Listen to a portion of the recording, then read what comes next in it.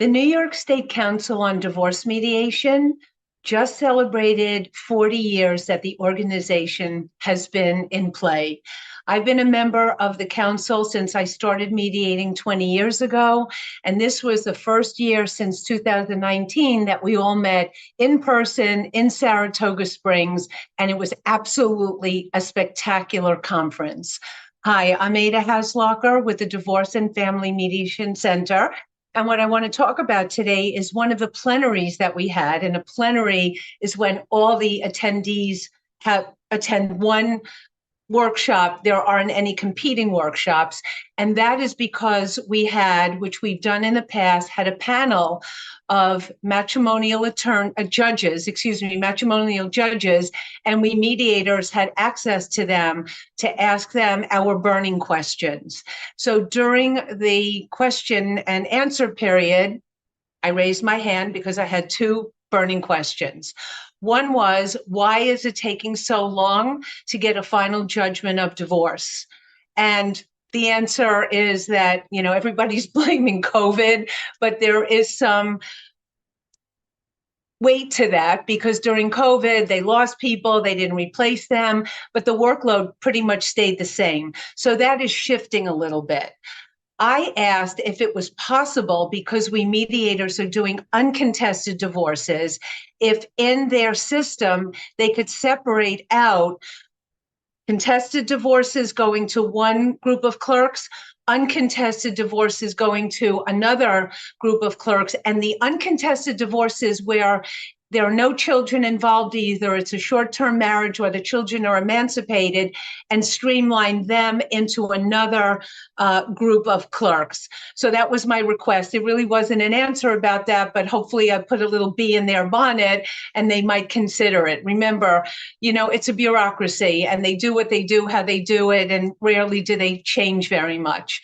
The other question that I asked, which was so interesting because of the response, I asked the judges if they had any clout with the legislature, and they all cracked up. I said, I'll take that as a no. And the reason that I was asking that is because many of my clients really are offended by the word custody when it comes to describing their children.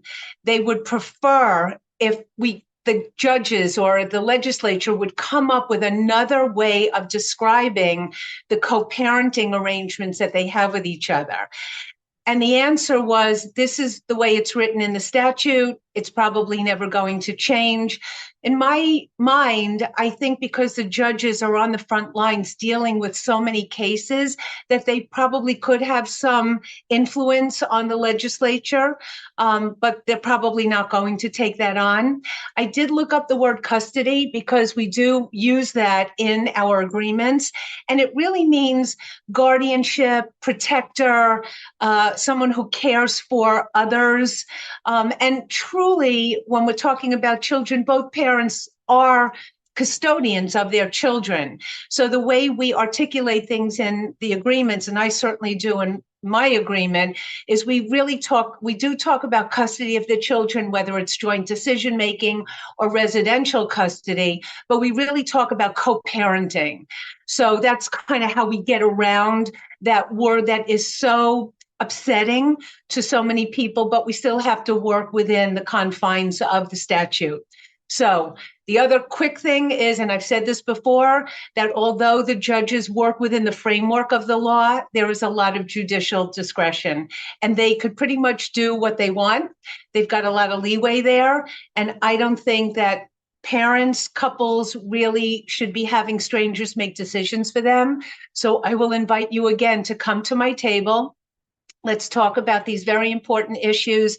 You need to be the ones who are in charge of and are directing the decisions that you're making about yourselves, your children, the entire family, and that's what we're up to in the mediation. So please come back to my table or come to my table for the first time, and let's talk about all of these very, very important issues. Ada Hasloecher, Divorce and Family Mediation Center. Thank you for listening.